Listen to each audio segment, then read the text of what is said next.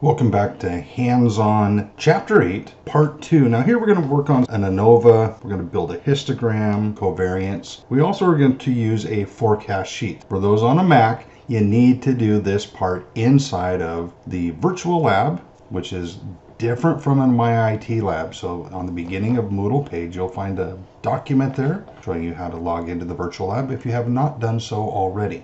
Again, the forecast sheet, from my understanding, is not available on the Mac version of Office. Next thing I'm going to do here is change over to the next sheet, which is the high school sample sheet.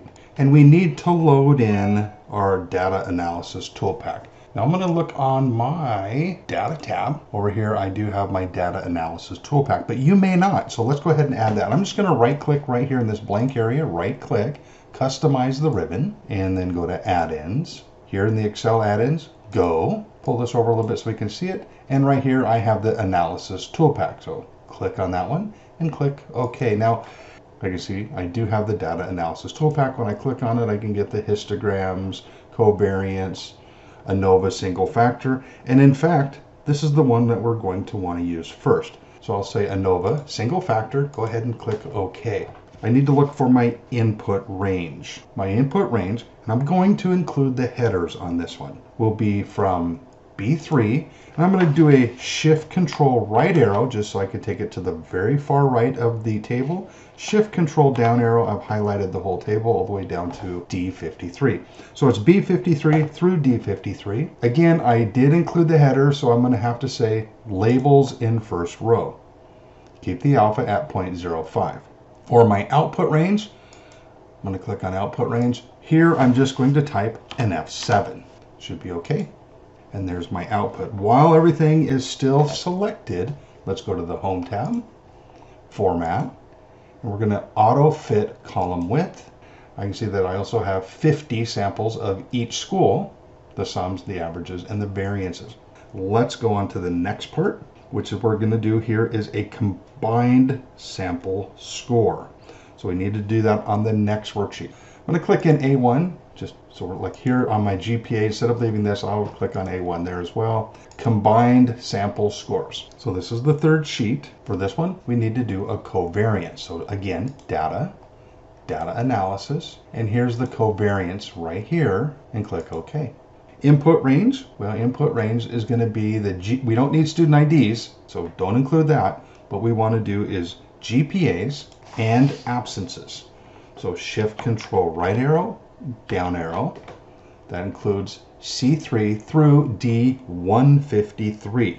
Now remember, I did include headers, right? So in that row 3, so I have to say labels in first row. My output range for this one, I'm going to go H3. And hit enter. This is a little scrunched here, so I'm going to go ahead, highlight I and J, right click, format the column width, and let's put 13 in there. Okay, let's do a histogram. That would be good. Bring in that data analysis, go find histogram, click OK. Input range. Well, this one we have to have just their days absence because we're looking at bins here. We're going to use these days absence again for breakpoints. So our days absence, let's go D4. Let's not include the header in this one. Shift control down arrow, highlights the whole thing. The bin range, well, that's up here where we had our bin. So we're going to just say if it's between 0 and 5 days or 5 and 10 days or more than 10 days. So that's the bin range. Again, I didn't include the labels. Output range, let's go H8. Now I want a cumulative percentage and I want a chart. So I have to make sure I select both of those. Look at this one here, Pareto. So a Pareto chart's really similar. You may or may not get a Pareto chart on your MOS exam. May ask you for that. You can find that. Just go to all charts, click on histogram, and you have a regular histogram or a Pareto histogram. So that's where that's found. I haven't seen it for a little while, but if it pops up, at least you know where you can find it or you've seen it. Let's go ahead and click OK. Here's our histogram. I'm going to move the histogram so it's down here in H13. So I have a cumulative line and we have the histogram. The forecast sheet. This is the one that you may not be able to do on your Mac. So again, log into the virtual lab. First thing we need to do is we need to sort the days absent. So I'm going to click in D4, sort right here on my data tab, and just go A to Z, which means smallest to largest. I have to sort the data first. Let's select the range C3. So I'm going to grab the headers, Shift, Control, right arrow, down arrow, highlight everything there. Let's go to the forecast sheet, forecast, and this is what my forecast looks like.